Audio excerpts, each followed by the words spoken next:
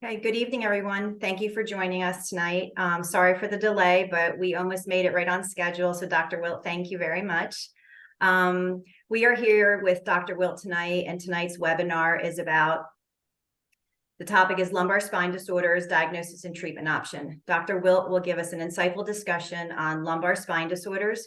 He will dive into diagnosis and treatment strategies, focusing on key aspects such as diagnostics, therapeutic approaches, and advancement in addressing lumbar spine issues. With an emphasizing a comprehensive understanding of patient symptoms, Dr. Wilt always aims to provide personalized and effective care for his patients. We hope tonight's discussion will enhance your knowledge about lumbar spine health. Just a few quick notes. At the bottom of your screen, you will see a Q&A icon, so please feel free to ask as many questions throughout the lecture. And at the end, we will have time for Q&A at the end. And if we don't get to your question, you can always email me and I will make sure that I get over to Dr. Wilt with an answer. Also in the chat box, I will be sharing Rothman's phone number so you can make an appointment, or feel free to email me as well and I can assist you with that. The webinar is being recorded, so know that it will come to you in your email in about 7 to 10 days. So without further delay, I will pass this off to Dr. Wilt. As you can see that he literally just came out of the OR. So Dr. Wilt, thank you so much for your time this evening and getting to us. We greatly appreciate your time. Yeah, of course. Thanks, Melanie, for the introduction. I appreciate it. Absolutely. As you mentioned, I'm going to do a brief overview through lumbar spine disorders. And I feel like this is a great topic just for everyone, just to really get a sense of what can go wrong and ways to treat it, and what new things we have to treat different pathology. So just a little bit about me. Went to college in Lancaster, Pennsylvania, did my training in medical school in Jefferson, and residency at Jefferson/Rothman. I did my fellowship at Cleveland Clinic in both a combined neurosurgery and orthopedic spine fellowship. And now I'm in Manahawk and Egg Harbor, associated with Rothman, and then I operate at Atlantic Care facilities. So this is kind of our overall outline. I'll go through the less common cause of back pain, the things that people want to be worried about.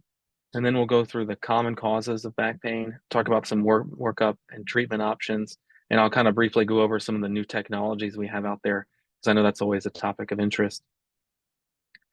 So the first thing I'm going to go through is the immediate evaluation from a spine specialist. So this is things that you want to be worried about and things that you want to get you or your family member to care immediately. So that's trauma, and in that type of scenario, you would likely be in the hospital already. Tumor, and that would be a cancer or something like that. Infections in the spine. Instability, meaning if you start to notice some shifting in the vertebrae, that results in compression of your nerves, things like that. The next is myopathy, which is spinal cord compression. So people with spinal cord compression over many years can develop significant weakness and issues with their day-to-day life. And then finally, if this neurological deficits, well, what does that mean? So that's generally speaking severe weakness in the arms or legs, inability to walk, and then at end stages, loss of bowel or bladder function can be related to spine problems. So then, the first one topic that we'll talk about is trauma. So if this is the kind of scenario, usually it's motor vehicle accidents, falls, things like that. And I deal extensively with trauma, hence why I'm here. Some of the trauma that you can get is acute or subacute, meaning it happened in a car accident or just over time. And the goal of surgery in a trauma setting or an acute setting is to prevent progressive deformity and prevent neurological deficits. And what does that mean? So that means that you want to prevent weakness or worsening of spinal cord injuries, things like that. So this is an example of a surgery that I have done that is for a spinal cord injury. So in this type of scenario, you see that on the left side, this is the spinal cord going from the brain, and it was damaged in a car accident, causing squeezing of that spinal cord and paralysis. And so this is an example of one of the many different types of surgeries you can do for that problem. The next one would be tumor, and this is obviously an incredibly extensive conversation, but I'll try to keep it brief and to the point for everybody here. So with tumor types of cases, you want to be at a center that can deal with the problem.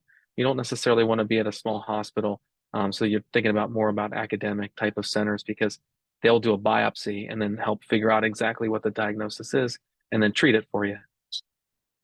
This is one of the things that I like to just make a pitch for. So if anybody does ever develop compression from tumors or things like that, there is a good data that shows that if you get a lot of steroid in around that time, it can help function long term. So this is an example of an infection. This would be a discitis at the top. And so discitis simply means infection of the disc. And then osteomyelitis means infection of the bone. So in this case, you'd have both. It'd be infection of the bone and the disc. And then sometimes this is not my case, but you can develop a postoperative infection, which can lead to exposed hardware and things like that. These are all emergencies. The last one I want to touch about, because if you read online and you go to WebMD or something like that, you'll notice that they'll talk about Cauda-Equina syndrome, but it's very vague and people don't necessarily describe what it is. That's because it can be hard to diagnose, but it does tend to come with a group of symptoms. So those symptoms tend to be some type of neurological deficit. So strength or weakness in the legs, lots of times has some pain too down the legs because it's usually from a disc herniation. It can have saddle paresthesias, aka numbness in the groin, kind of like this diagram, and over the butt. People could develop new incontinence, so urination or defecating on themselves, or inability to control it. And this is kind of what it would look like. This is a very dramatic problem. So this disc herniation shoots all the way out of the spine and pushes on all of the nerves in the low spine, and you can see it completely closes off the spinal canal. So this is where we talked about myelopathy, which is symptomatic spinal cord compression over a period of time. And the problem with this is that it's not like a spinal cord injury from an accident, but over time it can get towards that.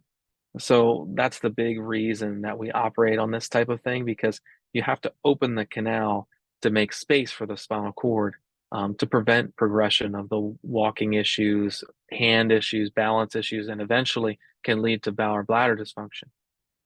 And so in myelomalacia, this is a term that I put on here because sometimes people will see this in their MRI report of their cervical spine. And this is something that you should see a spine specialist for if you see that word, preferably a spine surgeon, because it could be a scenario where you have progression relatively quickly over time and can lead to inability to walk. So again, early recognition and treatment is important for this.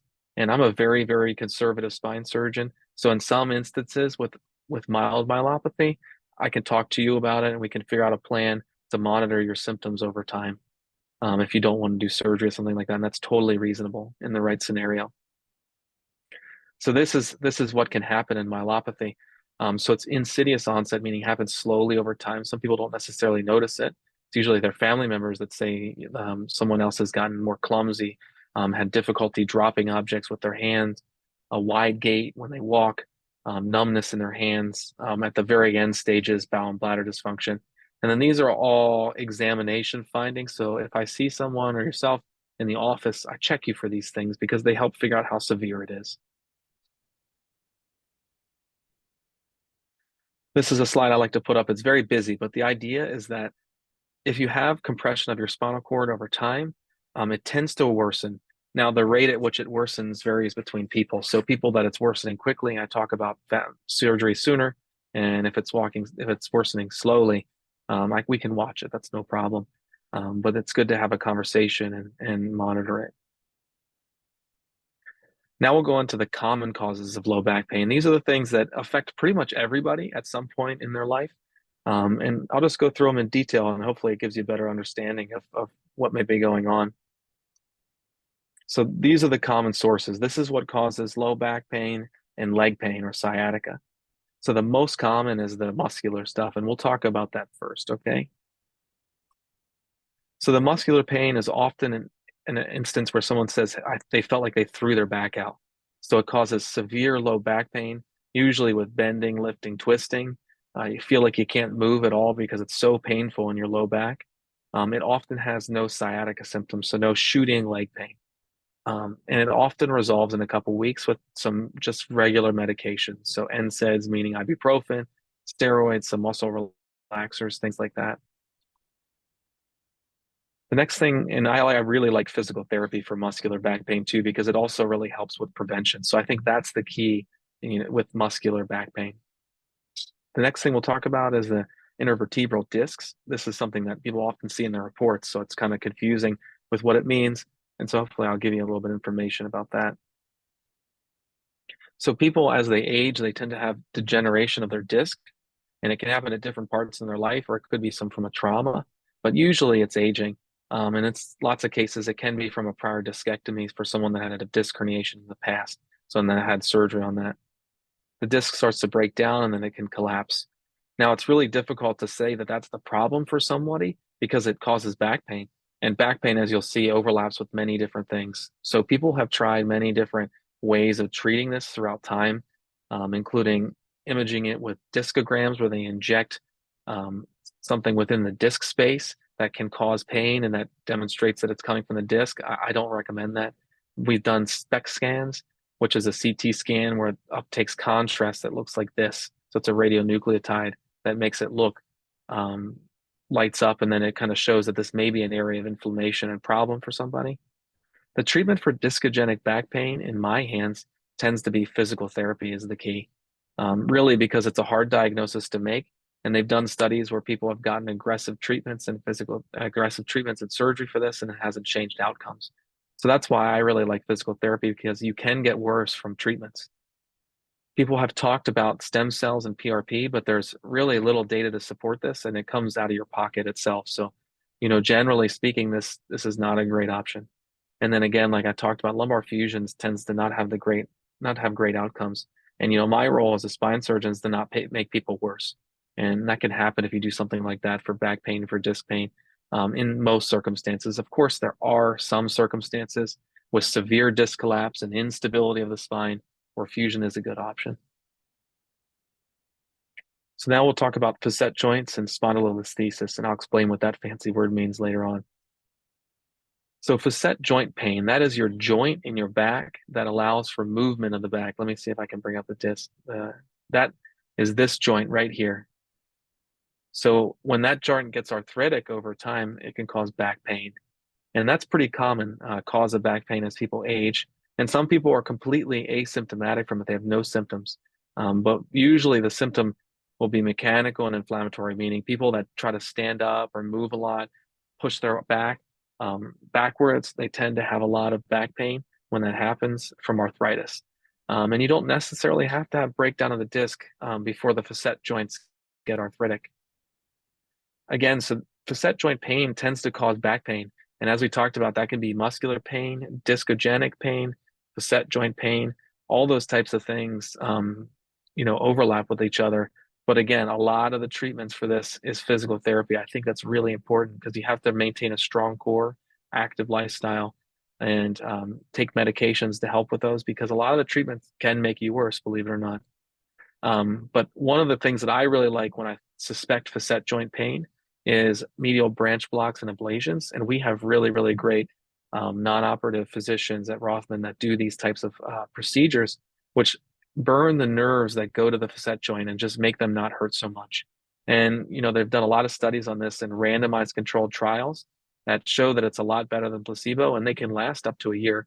And then you can keep doing them over and over again. And if they give you a lot of relief, this is a great option for back pain from facet joints. Now we'll kind of talk about when you get facet joint arthritis that gets bad enough that people get instability, meaning the vertebrae can shift. And you can see that right here. So this is L5, L4, and they shift forward in this case. And so the treatment for this can be a fusion surgery that helps with leg pain predominantly. It tends to be worse with standing and leaning forward again because that loads the spine. And then there's this motion on the flexion extension x-rays, and that's why we use fusion surgery for that, because it needs to hold it in place so the nerves don't get pinched anymore. And again, I really like therapy to strengthen the core for this, and you can do medial branch blocks before going to fusion surgery, which I tend to like to do because if you can avoid surgery, that's great. And then if you need me, I'm here. I'd like you guys to just take a look at this diagram. This kind of shows you where the different nerves in your back go. So when your nerves get pinched in your spine or in your neck, they tend to go in locations throughout your body. So people will say they have shooting leg pain that goes down their leg, along the side of the leg, and that would be what would be considered an L5 radiculopathy or sciatica from L5. And so that happens throughout the body. So when I see you, my job is to look at your MRI and your symptoms and figure out where I think that may be coming from, and then develop treatment options for you. Then we'll talk about some issues with your sacroiliac joint. So this is a really, really common problem that is really pretty difficult to diagnose. But if you come to a place like Rothman, we have a lot of people that can help figure these things out. So in your sacroiliac joint is basically the connection between your spine and your pelvis. And it's this V-shaped area connecting to the ilium, which is your pelvis, which basically connects your upper body to your lower body. So they can imagine that transfers a ton of weight and pressure. And so if you end up having issues with, and it can be a lot of nerves going to it. That's what richly innervated means. So that's just me showing you the amount of load that goes through your spine into your legs. So this is your sacroiliac joint with just a diagrammatic anatomy. It's right in here. That's where the is. So people always kind of point to one side low back pain. That gets really bad, particularly when they stand on one leg and with some testings. So this is the mechanism. So lots of times it can be fall from height or pushing on the foot on your brake, because that causes a shear of the pelvis and can aggravate those ligaments. In pregnancy, people have loose ligaments, which can aggravate a problem like this, because it has to help pass the baby. So if that happens, it can open up the joint space and can cause pain. Sometimes we just have no reason why it happens. And then sometimes if you have a fusion that stops at S1 particularly, it adds a lot of stress across that SI joint and can cause pain. So that's a common time we notice it. These are all the tests that, I'll do in the office to try to figure out exactly what's going on. And so, a lot of the treatment for this, again, is physical therapy. We can do some patches, some medications. And then I think that the most important thing for this problem is injections, because that's a really, really difficult diagnosis. So if you inject the area that's a problem and you get better from it, then it tends to seem that is your issue. And so, the last step in this would be SI joint fusion. And I reserve that after I've injected an SI joint multiple times before going forward with the surgery. I'm just very conservative. I want to make sure that's your problem, and I don't want it to be confused with anything else, because it is a difficult diagnosis. So it can be a little painful going through a couple different injections, but at the end, it makes sense, because we don't want to do a surgery if it's not going to make you any better. The last thing, that I'll talk about when it comes to the main issues of the spine is spinal stenosis. So this is a really, really common problem that gets misdiagnosed for a variety of reasons. So with spinal stenosis, it's basically narrowing of the canal in your back. And when it narrows, it pinches on the nerves. And what that causes is a classic symptom of patients' legs feel heavy and weak with walking, and they can get shooting leg pain that tends to improve with sitting. So you'll hear someone say that when they go to the grocery store, they have to lean over a shopping cart, or they can only walk 20 feet until they have to sit down. And earlier stages, you'll say, oh, I can only walk a couple miles, but I start to get heavy. I sit down and then I'm good to go again. That's the kind of scenario you notice in that. Again, the legs feel dead, usually not in a certain dermatome in the leg, meaning, remember where I showed you that diagram that showed where the L5 nerve goes? It's usually not like that. It usually is in both legs. And the issue is that this does overlap with blood flow problems in your leg, meaning if you have issues with blood flow, it can seem the same as lumbar spinal stenosis. So in that circumstance, you want to get evaluated. So if I see you in the office, I'll pretty much always check your pulses in your feet and make sure you haven't had any other vascular problems in the past, because they can overlap with the symptoms. So again, I tend to use all the conservative management before injections, therapy, physical therapy, injections, therapy and medications. And if those things aren't working, then we talk about a surgery that opens up the canal and makes it bigger, so that way the nerves aren't being pinched anymore. And sometimes we add rods or screws if the spine is unstable. So again, I put this slide here just to show you that when you have back pain, it can come from so many different places. And, that's why I think it's important that you get seen by somebody that kind of understands these things and can help figure out what's going on with you. The last thing I'll show you is Bastrup's. And the reason I put this here is because lots of times it ends up showing up on your imaging reports. And if it does show up on your imaging reports, it'll just kind of explain what it is. So basically, when people get a lot of disc collapse in their spine, their spinous processes in the back of their spine can push on each other and rub. And it's basically arthritis over this area of the spine. And it's relatively rare. And when it does happen, I tend to not operate on it unless it's very convincing on an MRI. But I put it here just to show you exactly what it is, and that we rarely operate on it because it's rarely symptomatic and it's more or less something that you see on your MRI. So then we'll go through a couple different workups and treatments. I'll explain to you when we get MRIs, when we do injections, all that type of stuff. So this is your initial treatment algorithm for back pain with and without sciatica, okay? And that's without the red flag symptoms like I was talking about before, loss of your bowel or bladder control, really, really severe weakness preventing ambulation, and a couple of different things like that. And the initial treatment for that would be NSAIDs and steroids, muscle relaxants, and then most of the time it'll go away in a week or two because lots of times it's muscular in nature. If there's no improvement, then we start to consider an MRI if it's severe weakness or something like that. If it's improved, then we start some physical therapy and home exercises because most of the time this will kick the problem. And that's why we don't jump right to MRIs, because if it could fix itself with their physical therapy, there's no point in putting you through an MRI where you have to lay in a tight space and things like that. These are some reasons as to why you should get an MRI. Lots of this is kind of what I talked about before: a foot drop, bowel or bladder dysfunction, motor weakness that's really, really severe. This is another way that we can get MRIs approved with your insurance, is different types of severe radicular pain. And again, we would walk you through all this type of stuff and make it as seamless for you as possible. So in conclusion, for the diagnosis and workup part of it, finding a source of back pain is really difficult, and most of the time it resolves. And that's something to keep in mind. Although it can be really painful and stressful at first, most of the time it does get better on its own. We tend to do advanced imaging for people that have red flag symptoms, particularly bowel or bladder dysfunction, severe weakness in their legs. Those are the most common, and then that have no improvement. And then surgical consultation can really be obtained at any time. The people at Rothman are really great at getting people to surgeons when needed, getting the appropriate care that people need into therapy, etc. The next part I was just going to kind of touch on briefly, because this is the kind of the part that I like. This is where we have some advances in spinal surgery. These are some of the new things that you'll see that people are doing. The ones I'll talk about. So briefly, we talk about operative pain control because we created this great algorithm to help treat pain around surgery. And we'll talk about blood loss prevention in surgery. And then I'll talk about some motion preservation surgeries in the cervical spine, some minimally invasive types of things, and then robotic and navigated surgery.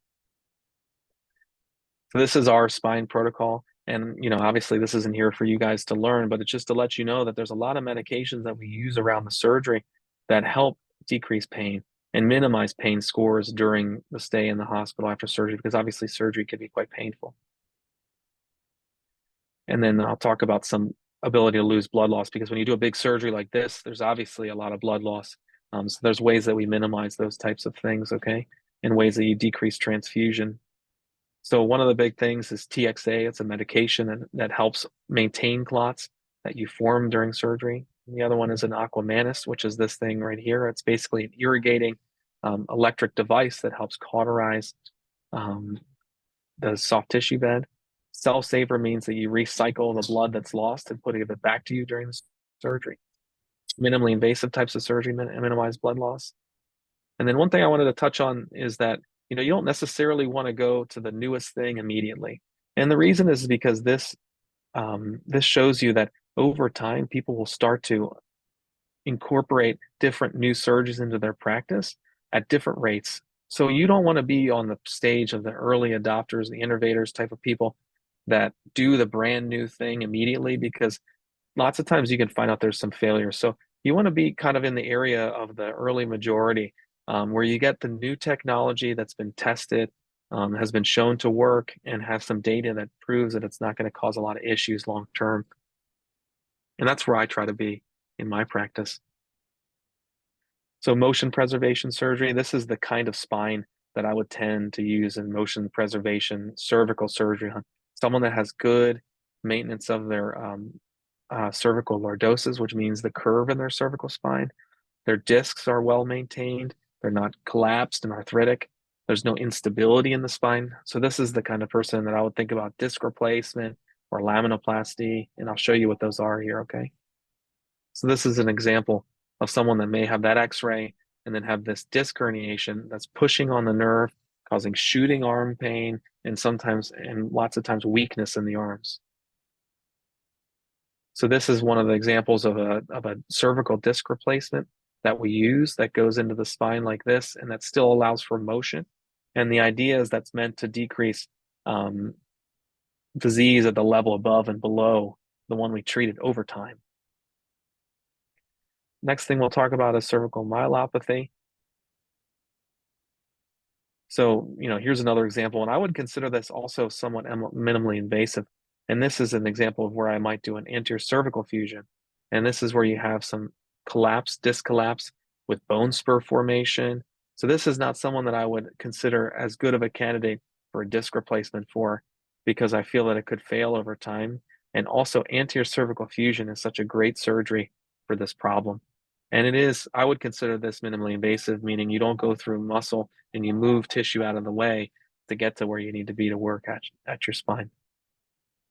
So this is a good example of what I would call laminoplasty. This is going to the back of your neck and opening up the spinal canal, but maintaining motion without needing a long fusion. This is what it looks like. So when you put the screws on, it makes the canal bigger like this. And this is what a picture looks like of it. So the plate goes up and along, and that's the spinal cord underneath. And you can see that when you cut it and you open it, it makes the canal bigger and gives space for the spinal cord and can decrease the compression of the spinal cord while maintaining motion. The alternative to this is rods and screws and fusion surgery. And lots of times this is the right procedure. But if you can do this surgery, I do like to do that because it's motion sparing, helps prevent issues later on. We'll talk about minimally invasive discectomy. So, and this is a kind of a scenario where the nerve gets pinched as the disc shoots out. So this is a schematic of the nerves within the dura, which is that outside ring there, and the disc pushing against it, causing severe pain in the leg is the most common thing that happens here. This is kind of what it looks like. You make a small incision, you can take the disc out, and this is what the disc can look like shot out. You can do this through a tube or even just a small incision. I do either, but I tend to like the small incision. This gives me a little bit of a better field of view, but I can do it through a tube. That's something that you would like. This is an example of a minimally invasive anterior and posterior lumbar surgery where I go through the front with the assist from a vascular surgeon, put in a big cage that opens up the space for the nerve tunnels and helps improve the leg pain. And then I tend to put screws through the back through a minimally invasive approach. So this is an example of how you can see this nerve tunnel is really pinched compared to this one. So if you look here, that nerve tunnel is really big. This one, you can imagine that nerve is just getting smashed in there, causing shooting leg pain or sciatica. This is a great case for this surgery, which is where you go in through the front or the back and put this cage in, open it up, take out the pressure off of the nerve, and help with those leg symptoms. This is just a very busy slide to explain to you that I also do spine deformity and that we have some new ways of trying to minimize problems with spine deformity. So when you look at this x-ray, we want to make sure that you have a normal curve when you leave the operating room after a spinal deformity surgery. And you can see here that the person is completely balanced up and down. This is a normal x-ray to show you for reference. When people have problems with their overall balance, they tend to be pitched forward or off balance in one way or the other and tend to compensate in a different variety of different ways. And if you're off balance, that's where a spine surgery then corrects that type of thing is reasonable. Now, these are obviously really big surgeries. So you can see here, this is a scoliosis with an imbalance in their overall standing alignment and flattening of the thoracic curve. They're doing all of these things to try to keep their head centered over their pelvis so they don't fall over. So this is the type of circumstance where a big surgery, from T10 all the way down to the pelvis is indicated. The last one we'll talk about is I do minimally invasive SI joint fusion. We talked about this, that it's a big joint. It's responsible for transferring weight from your spine down to your pelvis and your lower extremities. Again, we talked about how I use multiple injections without steroid to confirm the diagnosis.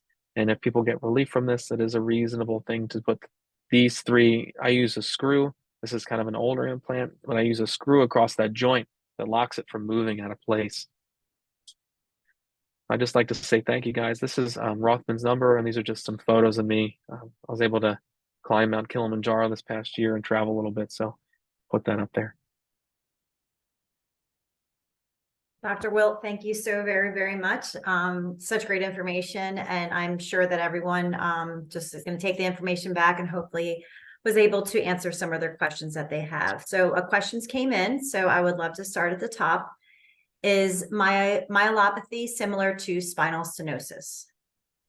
So spinal stenosis is kind of a generic term. You can usually use that in the lumbar spine. So people usually talk about spinal stenosis in the low back, and that causes the heaviness and heaviness and weakness with walking that improves with sitting. Spinal stenosis can also occur in the neck, and that would be myelopathy. So it can occur in both places, causing different problems. Okay. The next question is, how long is recovery for a laminectomy? So I'm assuming we're talking about a lumbar laminectomy. Usually what I'll tell people is that the acute recovery, meaning like the post-surgical recovery, is about 2 weeks, but you really only stay in the hospital for maybe a day or two. Go home immediately walking. I'd like to have people walk immediately. I think that it's the most important thing. And then, at 6 weeks, most people are feeling pretty good and recovered from their spine surgery. And I start to remove some of the restrictions I have on bending, lifting, twisting. And then most people at 3 months are pretty much recovered, but you can have continued improvement in leg pain and back pain up to a year. That's good to know and good to hear. What do you recommend if the epidural steroids are no longer working for spinal stenosis in L5? Yeah, I think that if the injections are no longer working, it's likely that you'd be a good surgical candidate. Okay, wonderful. Mm-hmm. I'm really scared to have spinal surgery. Is a discectomy a same-day surgery procedure, and what should I expect post-operatively? Yeah, so I do my discectomies as an outpatient, meaning you would come into the hospital, have the discectomy through a small incision, and leave that same day as long as there weren't any problems. In the scale of spine surgery that I do large deformity types of surgeries. And on the scale of 1 to 10, that was the smallest surgery that I do as a discectomy. But I don't want to downplay it. I mean, spine surgery is spine surgery. But places like Rothman, we do everything we can to minimize the risks associated with that. Great answer. If I have osteoporosis, but I need a disc replacement, am I still a candidate for surgery? I think that osteoporosis is kind of a tricky scenario for a disc replacement because when you have osteoporosis, the discs tend to collapse and the implant can subside into that disc, making it not as successful. I think that this is my personal bias. I mean, you can do disc replacements in a lot of different scenarios, but in osteoporosis, I tend to lean towards an anterior cervical fusion just because it's been used for so many years and it has a really good track record of success. So I don't see any reason in that particular circumstance to push the indication for a disc replacement when an anterior cervical fusion can work so well. Wonderful. Any suggestion on management of bilateral cervical rib where a patient presented with complaints of numbness in bilateral upper extremities at nighttime and some weakness in bilateral hand? That's interesting. Yeah, that's tricky because there's a lot of things that can cause hand numbness. I think that's something that you would just need to be evaluated for because it's hard to say, what exactly is going on. So I think it would be best to get an appointment, try to figure out what's going on because it can be coming from your elbow, your wrist, carpal tunnel, from the neck, a variety of places. Okay, I'm not sure. I've never heard this before. Opinion on Vertos mild procedure. What percentage of your lumbar fusion patients require a second surgery or have unresolved symptoms? So I think they're probably referring to the mild procedure that a lot of the pain physicians do. Okay. It's like a very like minimally invasive type of procedure. I don't do that surgery. I do a laminectomy, a standard laminectomy, for a variety of reasons. I just think it has a more predictable outcome. What was the second part of the question, Melanie? Let me go back. I apologize. That's okay. Opinion on mild procedure. What percentage of your lumbar fusion patients require a second surgery or who have unresolved symptoms? Yeah. So I tell people, about 10 to 20% have unresolved symptoms or worsening of their symptoms. In severe spinal stenosis in the right indicated patient, I find that it's a little less than that, but that's what the data says. Revision surgery for spinal stenosis in all people is somewhere around 20% over your lifetime. Okay. So a patient is here asking about, can a herniated disc ever fully recover on its own? I have a herniated disc between L1 and L2 almost 2 years ago, and I've been doing PT and yoga ever since, but still I have chronic back pain. Nothing that prevents me from moving around, walking, exercising, etc., but always an underlying lower back pain. Just sitting on the couch, I feel the discomfort in my lower back. Yeah, that's tricky. I think that was something that an X-ray could help figure it out. But most of the time, disc herniations tend to resolve on their own, which is why, in that algorithm we talked about, we do physical therapy medications first, because lots of times your body can fix itself. If it's not fixing itself, that's where we can talk about getting MRIs and things like that and doing injections, etc. If you're left with chronic long-term back pain, but no shooting leg pain, usually that's from those other reasons, muscular, facet joint, things like that. So that's where I tend to get an MRI or something like that and make sure there's no disc, and then likely work with physical therapy and our pain specialist to decrease your pain over time. Because I tend to not do surgery for back pain because I just don't think it's super predictable. And if I do surgery for you, I would like it to work with a high percentage of chance. Wonderful. I didn't hear any mention of osteophytes, if I'm saying that correctly. I have larger ones on the right side.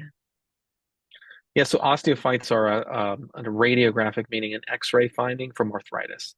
So a lot of those X-rays I had shown in the PowerPoint, let me see if I can bring them up. Like this is a lot of osteophytes. This is an osteophyte, this is an osteophyte. That's all from arthritis and degeneration over time. And the osteophytes themselves don't mean anything. They kind of indicate that you have arthritis as an underlying problem. And then we treat that in a variety of ways, like you know, this cervical spine, this is an osteophyte or a bone spur. It's the same thing. Right. Doctors have a lot of terms for the same thing. As I've known. Someone said I have claustrophobia. Does Rothman offer open MRIs? I do know that AMI is the one that we usually coordinate most of our MRIs with, and I do know some of the facilities do offer an open MRI at their locations. So I hope that answers your question. Yeah. The only other thing that I'd like to add to that, Mel, is that, Sure. the open MRI, obviously, if you cannot tolerate one that's closed, is okay. But, the closed MRI gives a much better picture. So if you can tolerate with some medications, that's what I tend to do. That's a great suggestion. Can physical therapy help with age-related scoliosis? Scoliosis diagnosed at after age of 50. Yeah, I mean that's a tricky question. Because I think that it will help. It's not going to hurt you. But sometimes if the scoliosis has progressed bad enough that there's a lot of instability in your spine, it's probably not going to make a difference. But by no means is it going to hurt you. Okay, I agree. So last question today. How does lower lumbar fusion impact mobility as far as bending, etc.? Very little effect on overall motion from a lumbar spine fusion. That's, 1 or 2 levels. And the reason is because most of your bending forward comes from your hips, actually. So when you sit down in a chair, most of that motion comes from your hips and less from your back. If you measure it, yes, there's going to be a change, but on a day-to-day basis, people don't really notice a difference. Thank you. A question popped in. I have been treating lower back pain for a minimum of 10 years, gone through physical therapy and injections. One injection caused great pain, another gave relief for 5 days. Lately, I experienced leg heaviness and pain from time to time. The last MRI I had 4 bulging discs, among other things. I am 80 years old. Any thoughts? Yeah. Yeah, yeah. Well, I think again, I think that's a conversation that's probably best had on an individual basis, Yes. because there may be a chance that you do have some spinal stenosis, causing some leg heaviness, which is why you did well from the injections. And so an MRI would be useful to kind of figure that out. And I would recommend in that scenario at 80 years old, depending on your overall health, likely continuing injections versus potentially doing the small of a spine surgery as you can to take care of your symptoms. It all depends on the MRI. Well, everyone, we just want to thank you for attending tonight's lecture, and thank you for your understanding, for us to have to reschedule to 7 o'clock. We see that so many of you were able to attend tonight, so we greatly appreciate your time, as well as Dr. Wilt for just giving us such knowledge about this topic. I know that so many people suffer from back pain, and I think this was a great overview to understanding more of it. So if anyone has any further questions, you do have my email. It's melanie.ionace@rothmanortho.com. If any of the questions were not answered, feel free to email me anytime. And also I can assist with helping you get an appointment as well. Or call the 1-800 number, 1-800-321-9999. And Dr. Wilt, thank you so much for all this information. It was greatly appreciated. And thank you for your time tonight. Yeah, thank you guys for showing up. I appreciate it. Have a great one.